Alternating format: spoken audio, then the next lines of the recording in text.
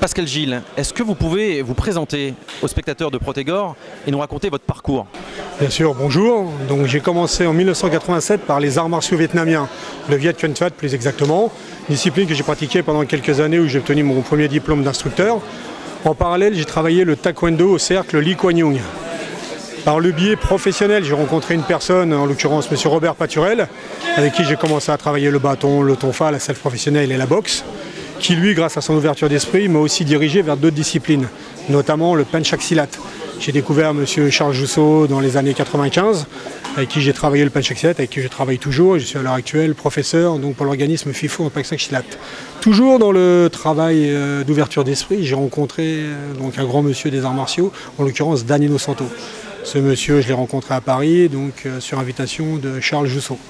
J'ai été très séduit par son travail, par son ouverture d'esprit, donc travail multistyle. Donc à partir de là, je me suis rendu de manière très régulière en Europe, un peu partout en Europe pour suivre son enseignement.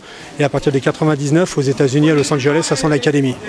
Voilà, je suis à l'heure actuelle diplômé en John Fan, en Kali, en Silat, pour le XTMA Innocento Academy.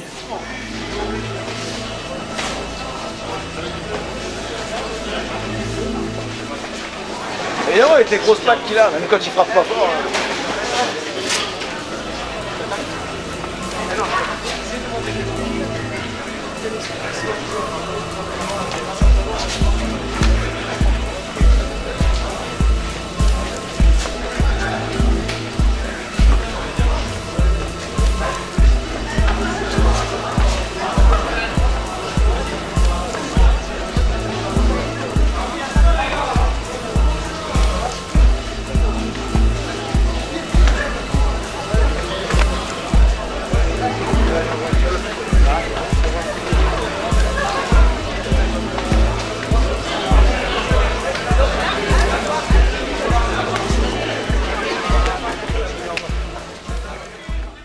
Alors, question piège, parmi toutes ces disciplines, est-ce qu'il y en a une qui pour vous est plus efficace en self-défense?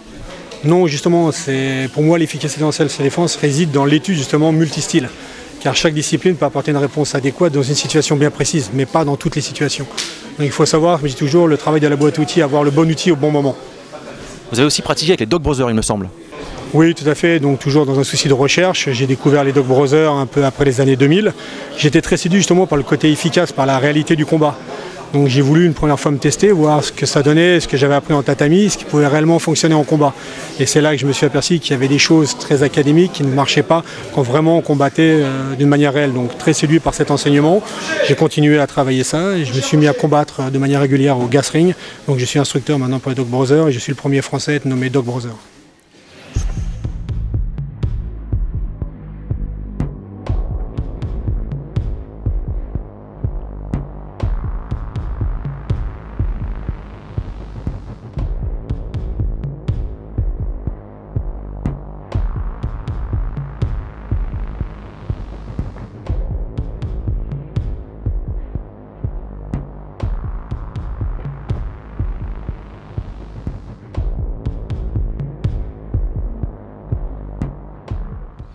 Pour que les spectateurs comprennent bien, est-ce que vous pouvez nous expliquer ce que font les Dog Brothers?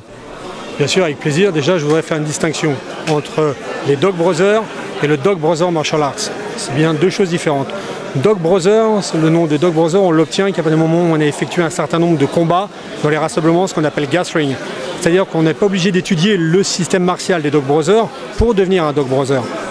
Par contre, on peut étudier l'art martial Dog Brother. On peut être instructeur en Dog Brother Martial Arts, mais ne jamais être un Dog Brother si on ne combat pas. C'est bien la distinction qu'il y a entre les deux et il faut bien faire la différence entre ça. Et ils utilisent principalement les bâtons? C'est très connu pour le combat au bâton, mais pas uniquement le bâton. Il y a plein d'autres armes. On retrouve le bâton, ce qu'on appelle le staff, ça va être le grand bâton. On peut retrouver le nunchaku traditionnel, le nunchaku à 3 branches. On peut retrouver le sarong, c'est-à-dire le bout de tissu indonésien. On peut combattre avec tout type d'armes. D'accord. Et alors, qu'est-ce que vous avez pu retirer de toutes ces disciplines pour ramener ça à votre propre système de self-défense finalement? Voilà, j'ai toujours étudié ça pour le travail de la combativité, puisque là, c'est du combat au plein contact. Et on commence peut-être avec des armes, mais tout est autorisé. Les pieds, les poings, le coude, le sol, les soumissions, le grand handpan, tout est autorisé lors des rassemblements. Donc ça me permet de développer ma combativité et aussi savoir gérer son stress, savoir comment on réagit face à un combat réel et à des coups qui sont portés de manière très réelle. Pour terminer, si un novice aujourd'hui, quelqu'un qui n'a jamais pratiqué les arts martiaux, venait vers vous et disait je veux apprendre à me défendre, qu'est-ce que vous lui conseillerez? Donc déjà, pour ma part, je conseillerais déjà, dès le départ, une étude multistyle, un peu comme il y a en MMA, le Mixed Martial Arts, pour qu'il ait un panel de techniques qu'il puisse s'adapter à toute situation. Il n'y a pas une discipline qui a la science infuse en matière de self-défense. Pascal Gilles, merci beaucoup. Je vous en prie, merci à vous.